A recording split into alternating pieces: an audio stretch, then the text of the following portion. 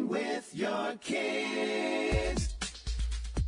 Hola, ni hao, konnichiwa, assalamu alaikum, shalom, mahaba, murimuli wanji, namaste, jumbo, bienvenidos. Hi, my name is Jedley, and this is the Reading with Your Kids podcast. We are coming to you from the beautiful neighborhood of Reedville, in the southwest corner of Boston, Massachusetts. We are so delighted and so very honored that you're joining us in our mission to help all families grow closer through reading. Please be sure to tell all of your family and friends about the show, and please be sure to subscribe to the show on the iHeartRadio app, on Spotify, Podbean, Amazon Music, Apple Podcasts, Google Podcasts, Audible, wherever you find your podcast. Our guest today is Steve Metzger. He's here to celebrate the Bumble Brothers' Crazy for Comics graphic novel. Before we invite Steve into the studio, we want to let you know that this episode of the podcast is brought to you by The Lost Colors by Sally Alexander. It's book one in the Adventures of Caitlin and Rio middle grade series. No one is more surprised than young Caitlin Maggart when she wakes up to her cat Rio talking to her, and the world around them suddenly cloaked in grays without any color. Caitlin and Rio are joined by best friends Molly and Trudy. Together they investigate the odd phenomenon and discover a much larger, much more sinister plan is underway. And it's up to them to stop it before it's too late. A brilliant scientist, a criminal mastermind, world destruction. They all come face to face with three clever girls and a talking cat in this thrilling adventure. Kirkus Reviews describes the book as fun and fast-moving, a bright, vibrant adventure. Check it out today, The Lost Colors by Sally Alexander. This episode of the podcast is also brought to you by Latkes for Santa Claus, Janie Emmaus' debut picture book, illustrated by the amazing Brian Langdo. It was a finalist in the 2022 International Book Award. In this humorous and endearing story, blending both Christmas and Hanukkah, a little girl and her stepbrother compete to leave Santa the very best treats ever. It's a joyful, engaging read, perfect for culturally blended families and delightful for all families. The playful rhymes will keep kids giggling. And check it out, the Janie's Family Latke recipe at the end is to die for. Watch for Janie's next blended holiday book. It's called Easter Eggs and Matzo Ball, and it's coming in January 2023. Get your copy today, Latkes for Santa Claus by Janie Emmaus. Join us right now from beautiful New York City. Our guest today is here to celebrate his brand new graphic novel. It's called The Bumble Brothers. Please welcome to the show, Steve Metzger. Hey, Steve, how are you? Good, Jed. It's great to be here. Thank you for inviting me. I'm delighted to have you on. We love graphic novels, and I know that you have a real special place in your heart for reluctant readers. Yes, reluctant readers. I was a reluctant reader myself, so I feel for those kids out there who just, don't have the skills, who don't feel the confidence, who don't have the motivation to be reading. And I was one of those kids. So the Bumble Brothers was one of my responses to those kinds of the needs of those kids. Before we jump into the Bumble Brothers, do you recall what it was that made reading not fun for you when you were young? Yeah, I don't know. I just didn't seem to be that many books that were humorous out there in the chapter book world. When I was growing up in Queens, I sort of fell in love with the comics of that time. I was a big fan of Abbott and Costello, Jerry Lewis, Lucille Ball, the Marx Brothers. That was my world. That got me through, some emotional difficulties, at home. I just sort of retreated into the world of humor and found a wonderful, space there for myself. So, yeah, just growing up, there were these, the Hardy Boy books. And my friend Neil always was, reading one after another. And I just could not get interested in those books. And there was just something about, the books of that time that did not hook me. So I always felt that humor would be the way to hook kids who were like me. Well, your story sounds similar to mine when I was that age. I was a huge Three Stooges fan. And Mad Magazine and comics but they weren't considered reading when we were young. I know. Yeah, that's a shame because I'm with you with Mad Magazine too, and I did enjoy the Three Stooges as well. But yeah, I mean, that's the kind of humor that, I loved. Finally when you're like 11 and you get Mad Magazine and you see the world for what it is, a little bit more skewed that way. And, but that is definitely reading. And also, comic books, brought me in too, Superman and Spider-Man, at that time. But again, those were not considered reading, but, they actually are reading. Yeah. I think. Yeah. And I've shared this on the podcast in the past. I made a lot of mistakes as a parent, but one of the mistakes that I'm very much aware of making is my son loved comics, loved anime and manga, and I supported that. I would take him to Free Comic Day and would bring home all sorts of comic books and anime for him. But there were very many times that I would walk into his bedroom and see him just fully engrossed in some kind of graphic novel. And would say to him, "Hey, dude, at least once can you pick up a book that doesn't have pictures in it?" And so so while I was buying the books for him, I wasn't acknowledging that he was actually reading. Right. Oh, well, there you go. But you know what? I'm sure you were a wonderful parent in many other ways. But you know what? It's sort of, you also want your kids to be reading books, that have no pictures in them too. That should be like, I guess, a balanced diet. But, kids will, grow into things as they grow and change. Yeah. So that, became for me, of course, now I love reading and I read books, all sorts of books, but, and most of them don't have pictures. But when I was growing up, those would have been the books I gravitated toward. Yeah. So tell us about the Bumble Brothers. Well, the Bumble Brothers, actually started, the idea of them started over 50 years ago because when I was in junior high school, what we call middle school nowadays, out in Queens, Parsons Junior High School, one of my best friends was Steve Kriesman, who was a budding illustrator, a budding artist. And we had this idea that we would create this comic strip together, and we called it the Dub Brothers. And they were like these two sort of like, late teenagers who were just sort of clueless about the world and, just sort of silly stuff. So we did about 5 or 6 of these comic strips. We never sold them anywhere. We just did them basically for ourselves. And, 50 years later, I sort of came up, I thought, hey, why not, rejuvenate the Bumble Brothers or the Dub Brothers as they were called at the time. So I said, this should be a book for kids. I've never forgotten the zaniness of their humor. And, so I went on this journey of trying to get, them published because I wrote a script and I gave it to my agent at the time and they got pretty much rejected everywhere. I think the mistake that I made initially was that I think when publishers are looking at graphic novels, it's hard for them to picture it just by the words. Mm-hmm. So then I said, I need an illustrator. So I went on a hunt for illustrators. I tried a few.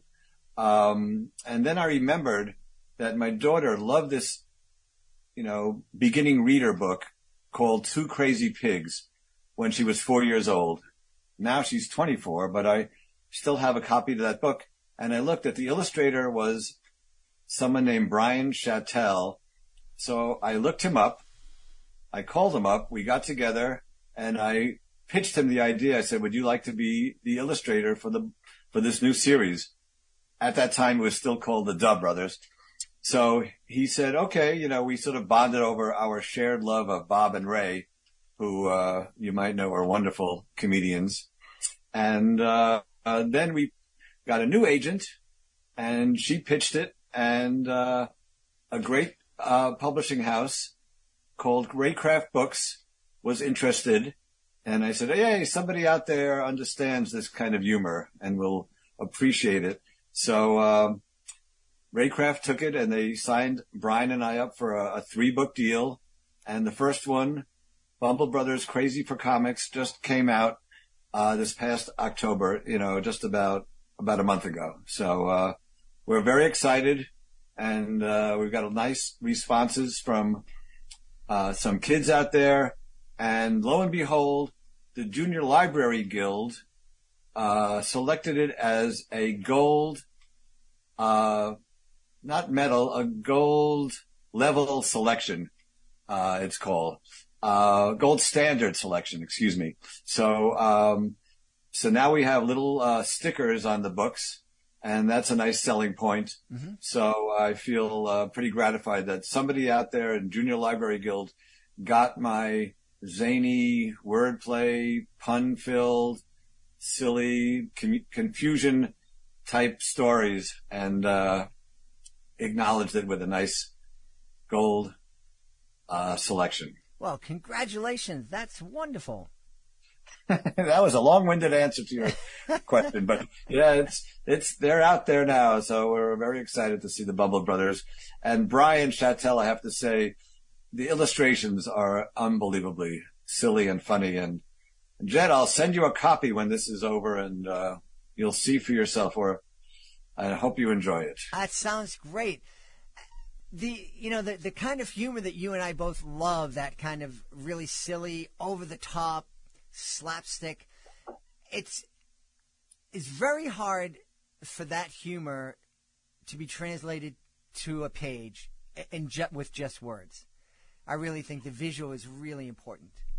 Oh, absolutely. The visual really sells it. And that's what makes, this book, I think, particularly attractive for reluctant readers, because, these kids who are struggling to read, and they see the pictures, and the pictures help them understand what the words are, and they help with the comprehension. And if you love the characters in a graphic novel, you'll be motivated to read more of them. So motivation, practice, comprehension, all of those key things to help readers learn to read are part of graphic novels, and hopefully part of the Bumble Brothers. Yeah. I'm really excited. I do see lots of librarians out there are supportive and are bringing graphic novels into their libraries. I think a lot of parents are kind of wising up and a little bit wiser than I was with my son. And it is exciting when you have a kid who's struggling with reading and is kind of putting it off and getting a lot of grief because they're not doing the reading, to see them dive in and really fall in love with graphic novels like the Bumble Brothers, falling in love with those characters. That's a really beautiful thing. Thank you. Yeah, I think the worst thing to do is put pressure on kids who are not interested in reading to really push them to read. Because I've heard of one 5-year-old who, and for whatever reason, is saying, "I'm done. I'm not reading right." Just to turn the light off and said, I can't deal with this pressure. So the idea is to make reading fun, to make it enjoyable. Parents can do their part a lot of it is just by modeling mm-hmm. reading, just by, just reading around the house, reading a magazine, reading a book. Turn off the TV, turn off the phone, and read. And then show your kid that reading is, a worthwhile activity. Yeah. Now, I see that you've written over 70 children's books. Did you always dream of being a children's author? Not at all. I didn't know what I wanted to do for the most part in my life. In my early days, I bounced around. I was a dishwasher, a hotel room clerk. I did some importing for a menswear company. I even drove a taxi cab in New York City for a while. And Jed, I have to tell you, one of my thrills was one very late night picking up Andy Warhol and taking him home from a club on the Upper East Side. Wow. And, yeah, that was fun. And yeah. That sounds a lot of fun. Yeah, my friend was annoyed with me. He said, you should have asked him for his autograph. It would have been worth something. But I could tell he was tired. He just wanted to go home. Mm-hmm. All his friends were begging him to stay out with him. You could see they were outside this club, all his, superstar people. But Andy said, nope, I want to go home. And there he did. Yeah, there he was going home. So anyway, had all kinds of jobs. And one day I was unemployed, and sitting in Central Park, and I saw a group of kids, just playing, and they were with a school, and there was a couple of teachers, and one of the teachers happened to be a man, which was key for me. Mm-hmm. So I walked up to him and I said, you know what? Out of the blue, I just said, do you ever need volunteers at your school? And he said, sure, why don't you come by? And, these were the days, no background checks. They just let me into the school. So anyway, one day a week I was teaching and working with these kids, and one of the teachers there said, you seem to have a knack. Maybe you would like to become a teacher. Why don't you try to get into Bank Street College and become a teacher? And I said, sounds good to me. So I became a teacher. I was a preschool teacher for over 10 years. And then somehow there was a job opening at Scholastic, which I heard about because actually the president of Scholastic, Dick Robinson at the time, sent his child to the school where I was teaching. So I met Dick Robinson, I met his wife, and they were telling me about there's a new position at Scholastic, and I applied for it, and I got the job as an editor in a magazine called My First Magazine. Okay, and that magazine did not last too long, but then I became an editor with the Firefly Book Club, which is part of Scholastic's book clubs, the preschool club. So I did that for a while. And actually at my first meeting, I know this is a long answer to your to your question, but I'll get to the ending soon. We love long answers. Well, good. That's good. So I don't know if you ever heard the name Jean Fywell. Jean Fywell was the editorial director at Scholastic during the heyday. She launched Harry Potter, the Magic School Bus, the Babysitter's Club. I mean, she and Barbara Marcus were the people who spearheaded the great Scholastic series in the 90s. And we were at a meeting. I was one of the editors of Firefly Book Club, and she said, does anyone have any ideas, for future series? So I raised my hand and I said, well, I think we should have more series that take place in preschool classrooms because it's just this crazy world out there. It's just amazing, all the social stuff that's going on and kids learning, but there's just an amazing amount of activities. I think it would be great. So she turned to me and she said, do you want to try writing it? Now, this was a moment of my life where I said, the voice is saying, say yes. Just open your mouth and say yes, you'd like to try. So I did say yes. And she said, you know what? Instead of kids, how about making them dinosaurs? Because she's a genius, and she just figured that would be a better way to go. And I said, yeah, let's call them Dino 4s because they'll be 4-year-old dinosaurs. And that became my first foray into the world of children's books. I wrote the Dinosaurs books. 28 of them were published. And they were mostly sold through Scholastic book clubs. And there's still some teachers, who are out there, because these books came out in the mid-90s, who still say, oh, we still love the Dinosaurs, but they're not in print anymore, but they're still loved. and by some teachers. So that led me to picture books, and I wrote a lot of the picture books for scholastic book clubs, and some of them for bookstores. One of my favorite ones was written and illustrated. It was illustrated by Ted Arnold, called Detective Blue, and it's all about. It's sort of a dragnet kind of noir Mother Goose story where little Miss Muffet goes missing and little boy Blue, who's now Detective Blue, is on the case, and he solves a mystery. But Jed, I have to say one thing about nursery rhymes. If there's parents out there with young children, please, nursery rhymes are very, very important. They're sort of becoming a dying art. And I've actually read somewhere where if children learn 3 nursery rhymes by kindergarten, they will be better readers at 3rd grade. I mean, who knew? Because it's a lot about phonemic awareness. It's a lot about understanding and manipulating sounds. Nursery rhymes are really a good bridge into learning how to read. So anyway, I just wanted to plug nursery rhymes out there. There you go. Now, it's interesting. Now, because that's the first I've heard of this, and doing this podcast for 5 years, I've heard lots of reading facts. I think that's fascinating.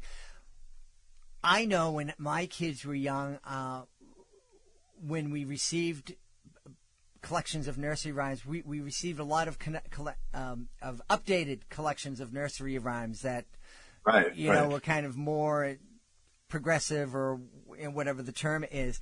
Do you think it matters that we stick with the originals, or it's just the way the sounds are put together? No, I think it's both. I mean, I think definitely doesn't really matter. I think the fun ones, some author illustrators have made careers out of, doing, fractured nursery rhymes and making books out of them. And they're hilarious, and they're lots of fun. But I would, do both. There's definite value in the old nursery rhymes. I mean, they're like little stories. They're 4-line story. They're like so cool, I think. Yeah. When you read them, they're just, I mean, even ones like Jack be nimble, Jack be quick, Jack jumped over the candlestick, 2 lines. And there you got a whole visual of what this kid is doing. He's jumping over a candlestick. He's nimble, I don't know. It's just, I'm a fan. Yes. I guess. Yes. I'm a fan too. And when they started talking about nursery rhymes and how they're whatever sins that they were committing, and we're breaking them down, and I think there was one about the rockabye baby in the treetop when afraid to walk, when and talking about the baby. Oh, it's horrible. The baby falls out of the tree, and I'm like, well, I've heard that a bunch of times, and I never pictured a baby fall. I guess that's what it says, but I guess. Yeah, I don't think kids interpret things so differently from us sometimes. I know Bruno Bettelheim did this whole thing about fairy tales, and the old Grimm's brothers fairy tales, and people eating and wolves eating children and arms and legs falling off. And, somehow he did this book called The Uses of Enchantment. And he talks about his theory about how children, interpret that. And, it's like when there's a witch in the story, it might be, when my mom yells at me, she's not really my mom at that time. It's too painful. She's become a witch or something. I don't know. Kids figure it out at 6 and 7. I mean, those real scary fairy tales you don't read to a 3-year-old. Right. But 6 and 7-year-olds, they get it on this whole other level that we don't, according to Bettelheim anyway. And I kind of agree with him because they've lasted so long. So there must be something to these stories. Yeah. I think I agree with him too. Hey, Steve, we would be remiss if we didn't ask you where we could go to find out more about you, find out more about the Bumble Brothers, Crazy for Comics, and all the other great work that you've created. Oh, thanks. Okay, well, we have my website is stevemetzgerbooks.com. And I guess the Bumble Brothers, I know, are available on Amazon and Goodreads and other places. And let's see, I'm on Facebook at, let me see, what is my Facebook? I'm at Steve Metzger Books. That makes sense. On Facebook. And I guess that's it. I don't know. But my website is my main place to find out more stuff what's going on. Yeah. And we always want to support indie bookstores and local bookstores, so you can always go there. If the book isn't on the shelf, just ask the friendly person at the desk if they could order it, and it'll be there in a couple of days. Please do, yes. I would appreciate that. We've had a really great time talking about the new graphic novel from our guest that's called The Bumble Brothers, Crazy for Comics. And our guest has been Steve Metzger. Hey, Steve, thanks so much for being with us. Oh, it's been great, Jed. I loved it. Thank you so much. Please be sure to join us for the next episode of the Reading with Your Kids podcast. Our guest will be Melissa Hart. She's returning to the show to celebrate her brand new middle grade novel. It's called Daisy Woodworm Changes the World. It's a really fantastic conversation about including everybody. It's talking about the circus, about family, about love, Down syndrome. This conversation has it all. We just hit on so many different topics, and we have such a fun time. You don't want to miss it. That's the next episode of the podcast. Hey, please do, if you're an author, please do visit our website, readingwithyourkids.com. Click on the Authors Click Here button at the top of the page. We would love to help you celebrate your book to the world, and there's so many different ways we can do it. You can be a guest here on the podcast. It's fun, it's easy, it gives you the chance in a long-form conversation to tell the world about your fantastic book. And it doesn't cost a thing. That's right, it doesn't cost a thing. You can also learn about our Certified Great Read program and our monthly promotion program. That's all at readingwithyourkids.com, and the Authors Click Here button is right there at the top of the page. I want to thank the folks who made today's show so wonderful. Of course, we're going to start by thanking our guest, Steve Metzger. Please check out the Bumble Brothers, Crazy for Comics. Also want to thank our sponsors, Latkes for Santa Claus by Janie Emmaus. It's an award-winning book, and it's really a lot of fun. We also want to thank Sally Alexander. Please be sure to check out her middle grade novel, The Lost Colors, book number 1 in the Adventures of Caitlin and Rio series. I also want to thank my team, Fatima Khan, Rory Grady, Mirabella Q, Jordan Saley, Skylar Strauss. I want to thank my beautiful wife for all the support she gives me. Most of all, we all want to thank you. Thank you so much for taking the time to join us today. And as always, thank you so very much for taking the time to make the world a better place by reading with your kids. I'll be looking for you in the next edition of the Reading with Your Kids podcast.